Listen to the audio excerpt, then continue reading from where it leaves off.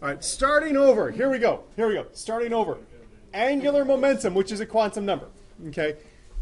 L basically defines which shape the orbital has. So it's going to say, hey, is this a sphere? Is it a dumbbell? Is it a double dumbbell? Or is it one of those funky shapes? Okay. L, when we assign it a quantum number, is always one less than n. I'm sorry. Saying that is untrue. L always can be from 0 to n minus 1 because it's always one behind. Okay, because we always start L from 0 and we start n from 1. So the L's are always one behind the n's. Okay, L is negative. L is never equal to n, and it's never negative. Okay, so we're always going to have positives. We want to define what 0 looks like, what 1 looks like, what 2 looks like, what 3 looks like. Okay, so if we want to define what they look like, here's how we do it. Oh, sorry. They also have these alphabetic and numerical designations. Let me show you this. This chart will explain everything. Okay, then I'll show you what it looks like. All right, so the value of L equals 0 would identify an s orbital. L equals 1 would be telling me that I'm dealing with p orbitals. L equals 2 would tell me I'm dealing with d orbitals. L equals 3 would tell me I'm dealing with f orbitals. And this is probably one of the very few places where you'll see me talk about other orbitals beyond f. There are other orbitals beyond f because technically n goes to infinity, which means that L goes to infinity minus 1. So technically there's a G and an H and an I and a J. This is the only place where I put that. It's there. If you ever want to reference that, you can. But we're not going to use it overall. I think there's like 2 questions on the worksheet today about it. Here's the dealio. All right.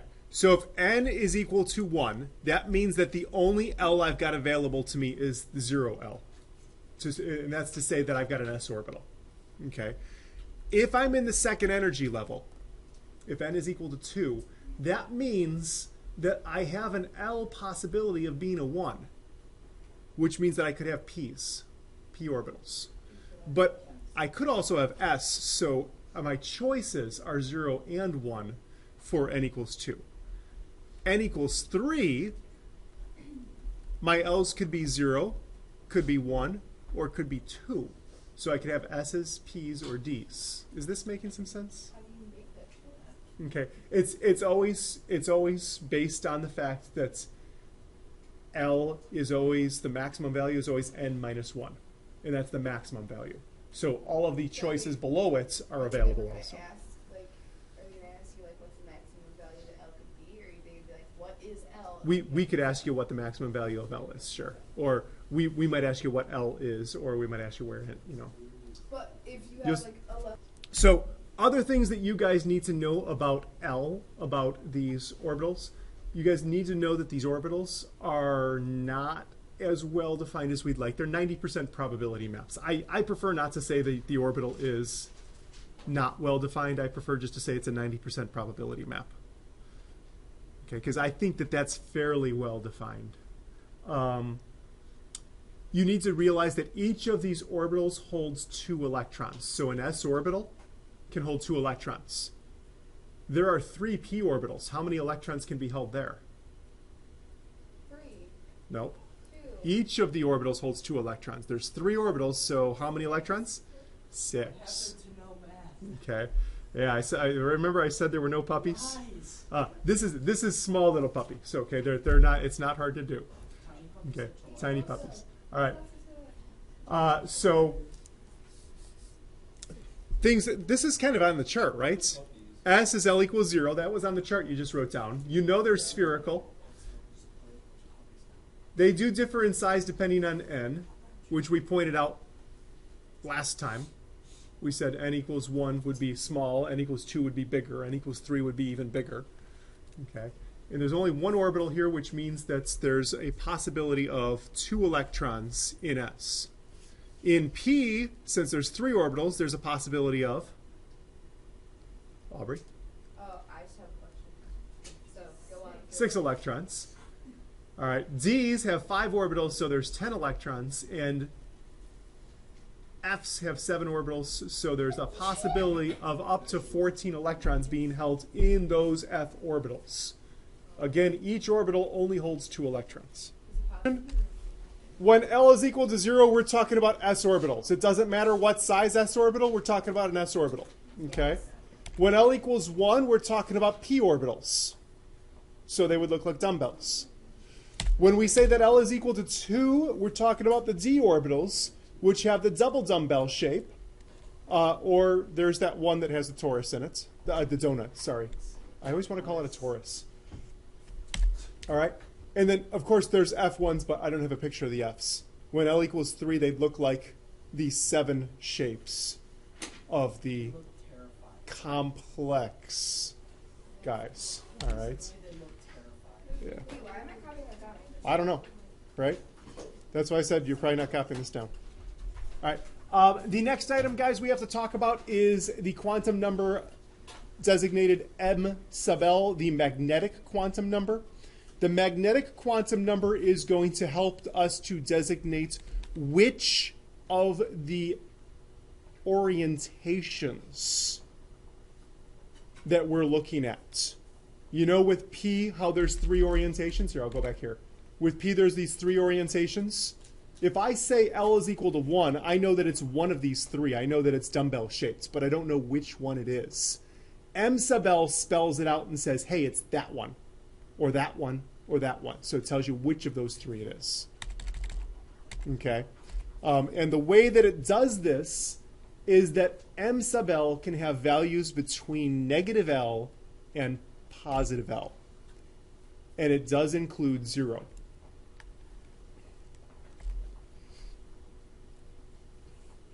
And again, that I think that's redundant. Each orbital can hold a maximum of 2 electrons. I'm gonna take that away from this slide because that's redundant. And that's why it's always an odd number of them.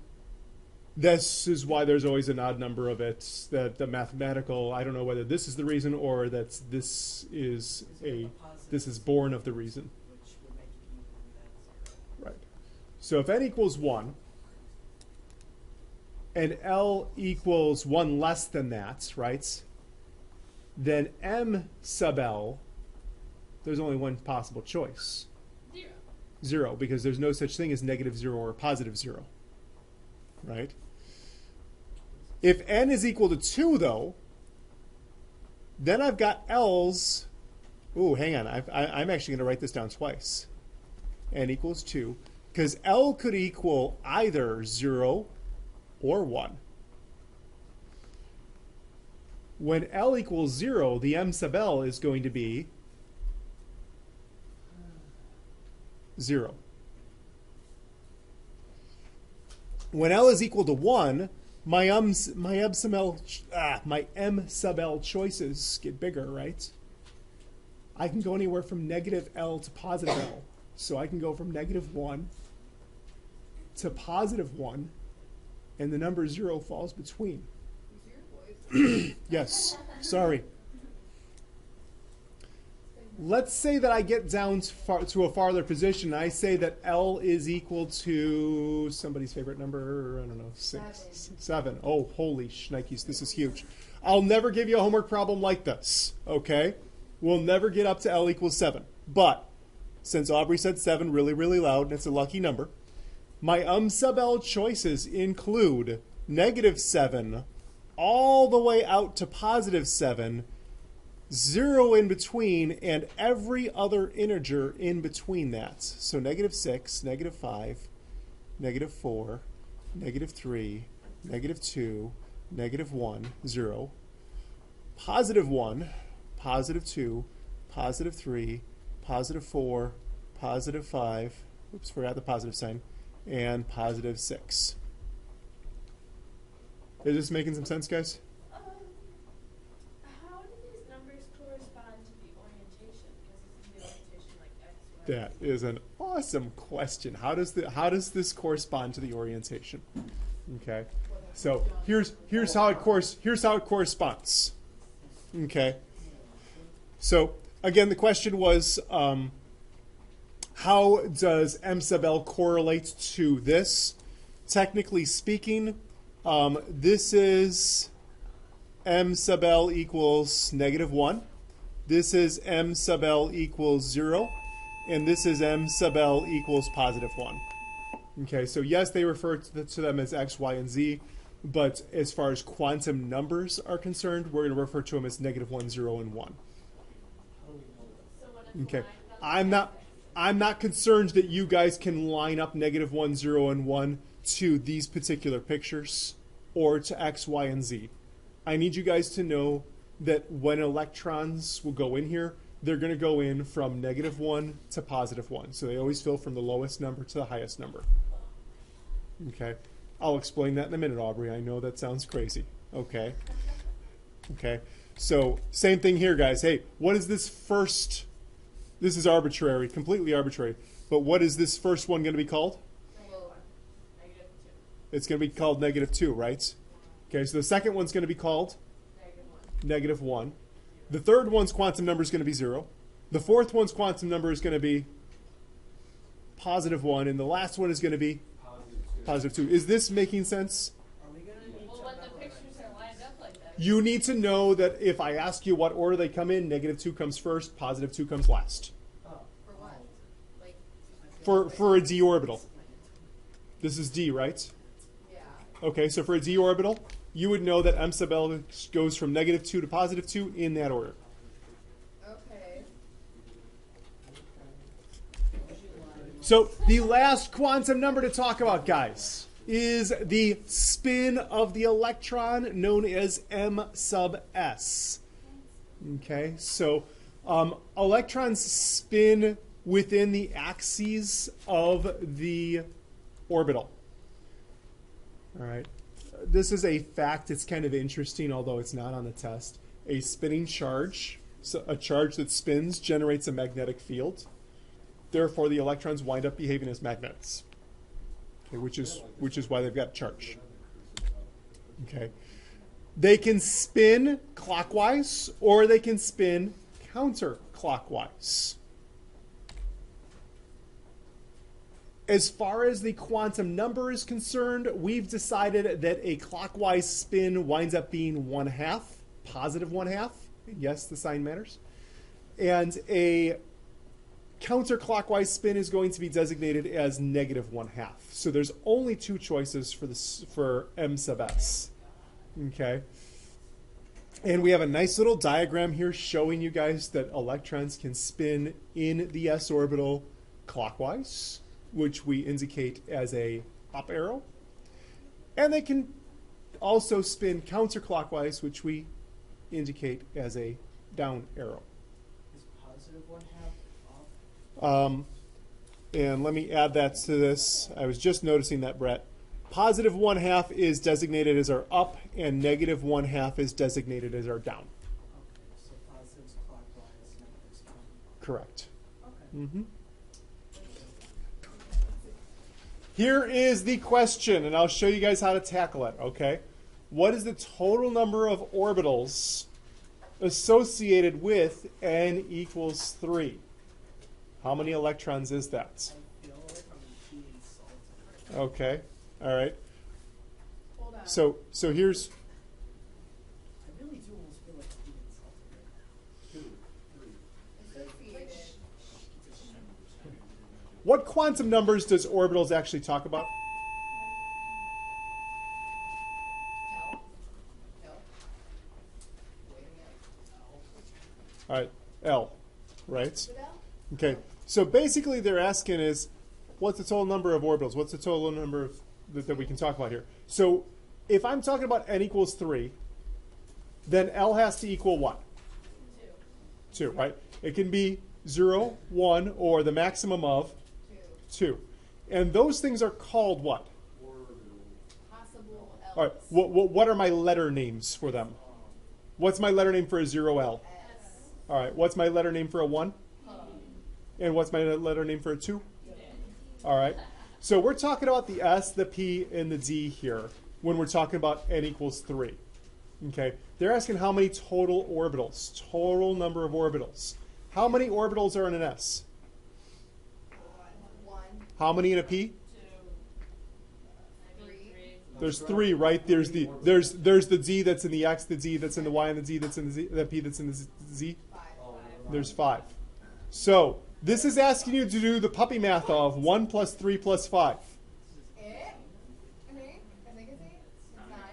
9. 9. Okay. So 9 orbitals. That was 3. Okay. Is this algebra? No. It's I arithmetic. still can't do it. Okay. And that's 18 electrons. Okay, so that's 9 orbitals. How many electrons is that? Emily did the complex math of going, hey, there's 2 electrons per orbital. I get it. Okay. So there's 18 electrons. Why can't all our units be like this, Matt? Excuse you, I don't know what 3 Yeah. plus 1. Okay, the long complicated business is this. If we're asked to write out all the possible quantum numbers for all of the electrons in 3p. Wow. Okay. First off, if we're writing all the possible quantum numbers, we have to write the n's, we have to write the l's, we have to write the m sub l's, and the m sub s's. We really need lessons. Okay, so I'm going to make all of these, I'm going to make columns here. Okay. For all of the electrons only in 3p. So 3p, what would my n be? 2. No. 3. Okay. Why is this? All right. The 3 is always the number in front of a letter. Okay, so if we talk about 3p, we're talking about n equals 3. Yeah. Of the P orbital. Okay, so we're talking about n equals 3, and we're talking about L equals, what is p? It's 1, right? Because S is 0, p is 1. So we're talking about that. How many electrons can be held in all of the p orbitals? We're getting guesses here. Take a look at the p orbitals. How many p orbitals are there? 3. There's 3 of them. How many electrons in each of them? 6. 6. So if I'm writing out all the possible quantum numbers for all those electrons, how many addresses do I need? I need 6 addresses. Okay. So I'm going to have 6 addresses. So I'm going to write down 3 6 times. I thought that Okay. L was always 1 less than N. So if n is 3 and there's 6 electrons, where's my mouse? There it is. L we've already defined. We know that L is 1 because we know we're talking about the p orbital. So 1, 2, 3, 4, 5, 6. Okay. M sub L, and this is where it gets tricky, guys. We do this arbitrarily, randomly, but this is the way it works. Electrons won't double up into the same orbital, the same individual p shape, until all 3 of the p shapes have an electron in them. Okay, so because of that, what I do when I start listing my m sub l's, I always start with the negative value first and work my way up to the positive value, and then I'll repeat myself. Okay, so my lowest ml is -1, right? My next one is going to be a 0. My next one after that is going to be +1. That takes care of 1 electron in each of those p's, p orbitals. Then I have to put 1 into each of the second one in to each of them. So I'm going to repeat myself here and say this. Okay, it's done arbitrarily. Don't ask me why right now. It'll make more sense as we go forward. Like by Tuesday of next week, you guys will be going, oh, I understand that now. It's a whole Okay. week. But for now, I just need you guys to understand that this is how it works, and this is how it works every time. We always start with the negative number. We could work our way to the positive number, and then we repeat ourselves. Okay. All of the electrons that we put in initially wind up spinning clockwise. And again, that's an arbitrary decision, but it's just the one that we go with. Why? Plus 1/2 because it's an arbitrary decision, and this is the decision that we go with. But you just were like, yeah, it's plus half. What else? Okay? Yeah. Yeah, pretty much. So you can do negative 1/2? Negative 1/2. And the other three, when they come in, and we talk about their addresses, they're all negative 1/2. What? Okay?